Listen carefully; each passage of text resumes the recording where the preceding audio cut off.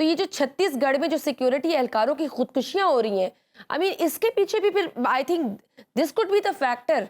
आपके ख्याल में एक माशी रीजन है, उसके अलावा और क्या रीजन हो सकती है? और क्या ये रुझान भारत के दीगर रियासती इदारों में भी मौजूद है या अफवाज और सिक्योरिटी एहलकारों तक महदूद है? जी देखें, आपको पिछले अरसे में आपको अब से कोई तकरीबन 3 एक साल पहले एक बहुत बड़ा स्कैंडल बना था। हम्म। भारतीय फौज के एक सिपाही ने एक वीडियो बनाई थी और उसने कहा था कि हमें खाने के लिए रोटी भी नहीं यहाँ पे दी जाती और हमें यहाँ पे इन्होंने लड़ने के लिए रखा हुआ है। फिर उसके हम्म। बाद जब आपने देखा कि जब फार्मर प्रोटेस्ट हुए थे तो कितने फ्रेट्रिसाइड के वाकयात हुए थे कि इंडियन फौज के अंदर ही जो सिख थे उन्होंने अपने जो बाकी जो फौजी थे उनको मारना शुरू कर दिया था, हम्म। क्योंकि वो ये कहते थे कि हम इनके लिए बॉर्डर पे लड़ें भी, हम इनके बॉर्डर्स भी प्रोटेक्ट करें, जी। हम इनको गल्ला और खुराक भी दें और ये हमारी जमीनों के ऊपर कब्जा कर रहे हैं। हम्म। और आपको ये जान के हैरत होगी कि पूरी दुनिया में सबसे ज्यादा किसान जो सुसाइड करता है वो इंडिया में करता है। और फिर उसके अलावा सबसे ज्यादा पीटीएसडी के जो मरीज हैं ये इंडियंस छुपाते हैं, ये हम्म। इस बात को पब्लिक नहीं करते। सबसे ज्यादा खुदकुशियां और सबसे ज्यादा जो पीटीएसडी के पेशेंट्स होते हैं वो आपको इंडियन पुलिस के अंदर या इंडियन आर्मी के अंदर मिलेंगे। हाँ जी, ये और भी ये अभी डेटा ये को जो बहुत छत्तीसगढ़ में ये 177 सिक्योरिटी एहलकारों ने खुदकुशियां की थी। खुदकुशियां की हैं, तो वो बिल्कुल इनकी हम्म। जो फैशिस्ट पॉलिसीज हैं देखें। इंडिया को अगर आप देखें ना, आप इसको ब्राह्मणाइज जो इनकी एलीट है इनको आप अगर देखें, कौमें चलाना, हम्म। स्टेट्समैनशिप, स्टेटहुड, ये एक बहुत बड़ी आर्ट होती है जो सिविलाइजेशन दर सिविलाइजेशन आपके अंदर ट्रांसफर होती जी। है। ये पिछले 1,000 साल से मुसलमानों के गुलाम रहे हैं फॉर 1,000 ईयर्स। और हम्म। उससे पहले भी अगर आप जाएं तो 2,500 साल पहले इनकी कोई एक अशोकन एम्पायर रही है जो ये क्लेम करते हैं कि बहुत बड़ी थी। सो नेशन को इकट्ठा कैसे रखना है, कोई यूनिफाइंग आइडियोलॉजी नहीं है इनके पास। इंडिया के नक्शे के हम्म। बारे में कहा जाता है कि आप आज उस नक्शे पे से रियासतों के नाम हटा दें तो शायद ही कोई इंडियन है जो बता सके कि कौन सी रियासत कहां जी। पे। मल्टीपल 100 से ज्यादा जुबानें यहां पे बोली जाती हैं।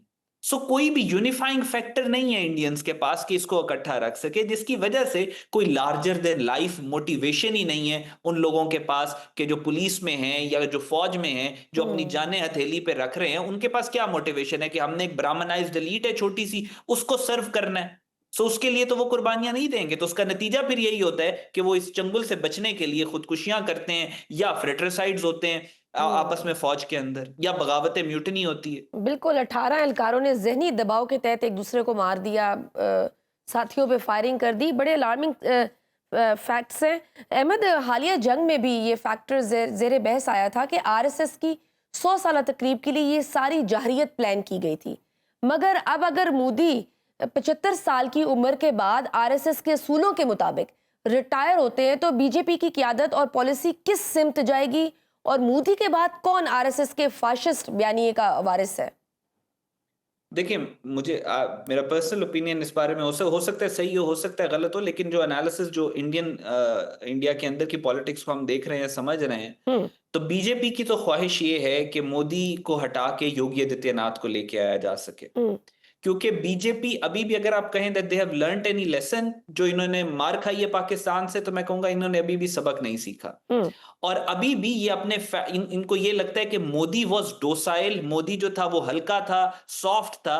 मोदी से ज्यादा हार्ड लाइनर हमें चाहिए, और इसी वजह से योगी आदित्यनाथ को ये आगे लाके प्रेजेंट कर रहे हैं। जी। सो जो to answer your question, Modi के बाद अगर बीजेपी जिसको वारिस बनाना चाह रही है मोदी का, वो योगी आदित्यनाथ है। हम्म। लेकिन इसमें अभी कॉन्टेस्टेशन बहुत ज्यादा है। Amit Shah is a contender, Rajnath Singh is a contender, Jaishankar prime minister बनने के ख्वाब देखता रहा है कुछ अर्सा पहले तक। सो एक खिचड़ी पकी हुई है। जो हम्म। भी होगा, चाहे योगी आए, चाहे जयशंकर आए, चाहे राजनाथ सिंह आए, चाहे अमित शाह आए, या चाहे कोई और आए, हम्म। ये बात गारंटी है कि मोदी की जो चेंज का प्रोसेस होगा, जो इनिशिएट हो चुका है, वो बहुत ब्लडी होगा, बहुत खूनी होगा।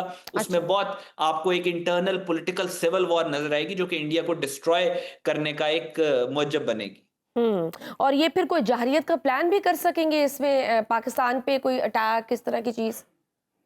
जी, इसी वजह से आप ये देखें कि जो भी फैशिस्ट है, उसको जब भी अंदर, मुल्क के अंदर अपनी कुर्सी खतरे में नजर आई है, हम्म। तो उसने सिर्फ उसी आप नेतन्याहू देख लें, he is also a fascist. आपने देखा कि उसके खिलाफ कनेसे में एक वोट ऑफ नो कॉन्फिडेंस की तरह का मोशन आने का खतरा पेश हुआ तो उसने ईरान पे हमला कर दिया। फिर अल्ट्रा ऑर्थोडॉक्स जो उसकी पार्टी थी वो छोड़ के जाने लगी अभी रिसेंटली, तो उसने सीरिया पे हमला कर दिया। तो फैशिस्ट हमेशा यही करते हैं, अपना अंदर का इक्तदार बचाने के लिए बाहर रीजन के ऊपर हमले करते हैं। तो Modi will not go down without a fight. Modi अपनी कुर्सी बचाने के लिए पाकिस्तान के खिलाफ एक मिसएडवेंचर जरूर करेगा, अगर नहीं करेगा तो it will be a miracle. ठीक। अच्छा अहमद, कल हमारे प्रोग्राम में एयर कमोडोर खालिद चिश्ती साहब ने ये कंफर्म किया था कि पाक फ़ज़ाइया मज़ीद जदीद तैयारे और टेक्नोलॉजी पर काम कर रही है जो शायद चीन से हो सकते हैं।